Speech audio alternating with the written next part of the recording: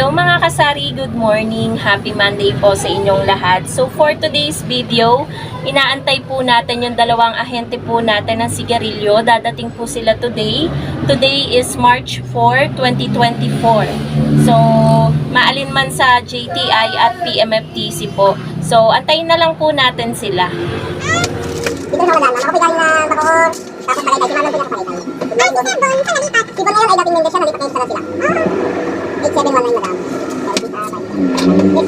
ay dating nandun siya. Nalipat ngayon sa sila. 8719 madam. Pangalan ni Mother. Mother si Siguro? Ha? Mana? Hindi pa po.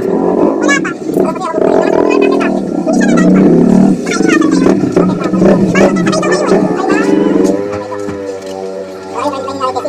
Hindi siya ang promo sa kanya ma'am, pag ma'am, anytime soon ma'am, so, last year po kami ay tagal na taas, so, kami po ay hindi po namin talaga kailangan ay alam ang exactly, so, ang sinasadya po sa mga tindahan sa Tagaytay ay mag-stop na ma'am sa kami lang, kasi po yung fast moving, hindi siya mabagal ma'am, saka yung lang ma'am, ano pa? Ano po kami po nga pangalang, masuha po kayo ng Winston Red, di ba nga, ay Winston Red, isa, tapos yung Mighty Black po ba nalaw sa inyo? Winston hindi na rin, bakit ma'am? Wala na po nabili, pero may mag-o,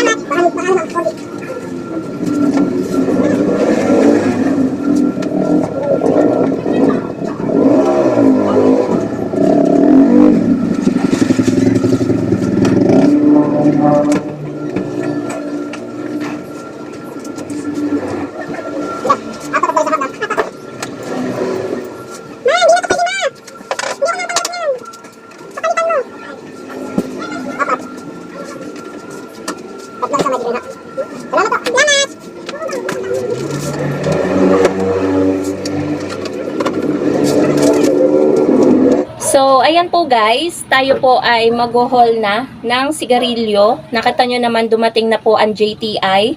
At bago na rin po yung aking ahente. Shoutout po sa inyo, Sir Jeffrey. Taga dito din sila guys sa Amadeo, si Sir Jeffrey. Taga Maitim siya.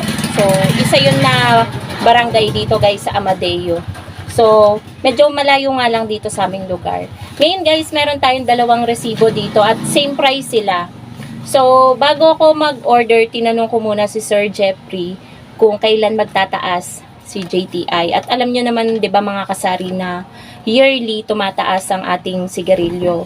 So, sabi po ni Sir, anytime soon. Kaya po mag-imbak na daw po tayo ng sigarilyo, lalong-lalo na po ang Camel. Dahil Camel po ang fast moving.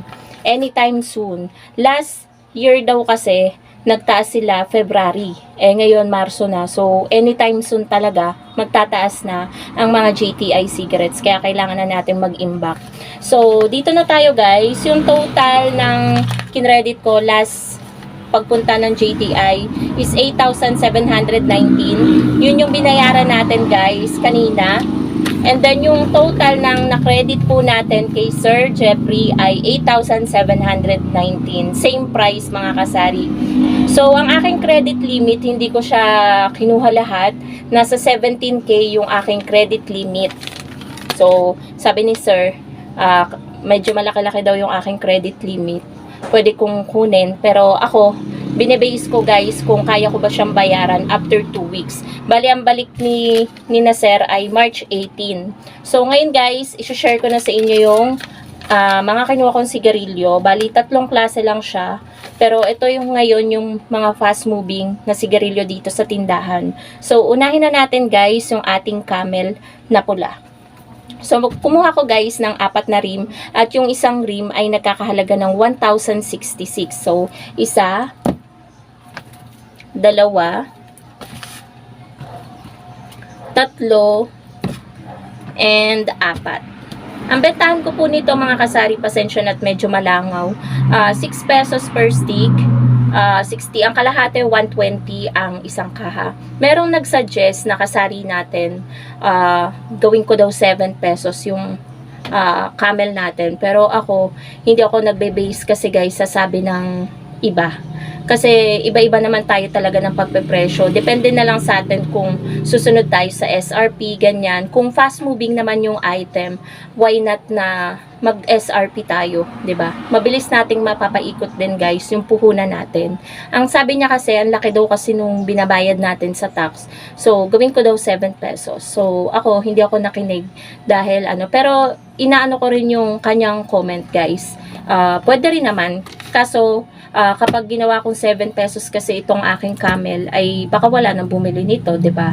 So, lumipat na sila sa ibang sigarilyo, mawawala na si Camel sa tindahan ko, kaya 6 pa rin mga kasari. Ang customer kasi, lalo na yung mga natin talaga ng suki na sa sigarilyo, kung saan mura, yun yung bibilhin nila.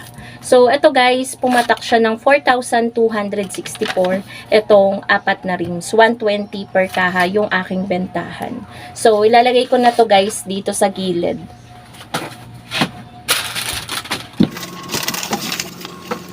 So, dito naman tayo mga kasari sa ating Camel Menthol. Kumuha naman ako nito ng 3 rim. 1, 2, and 3. Ayan. Ito guys, same price doon. Kaso ito ay long. Mahaba po siya. So, 1,066 ang puhunan ng isang rim. 120 ang bentahan ko kada isang kaha. Pero, wala pong bumibili nito sa akin ng kaha-kaha. Per stick lang po yung bumibili nito sa akin mga kasari. So, pumatak po siya ng 3,198 itong 3 rim ng Camel Menthol. Tapos, yung huli, eto guys, kumuha ko ng isang rim ng Mighty Green. Yan, medyo dumilim guys. Nawala yung tirik ng araw kaya dumilim. Hindi po ako kumuha ng marbles na puti or white. Ito ang kinuha ko. Ang puhunan nito ay 1,257. So, ang bentahan ko po nito per kaha is 147 pesos per stick. 70 pesos yung kalahati. So, ito siya.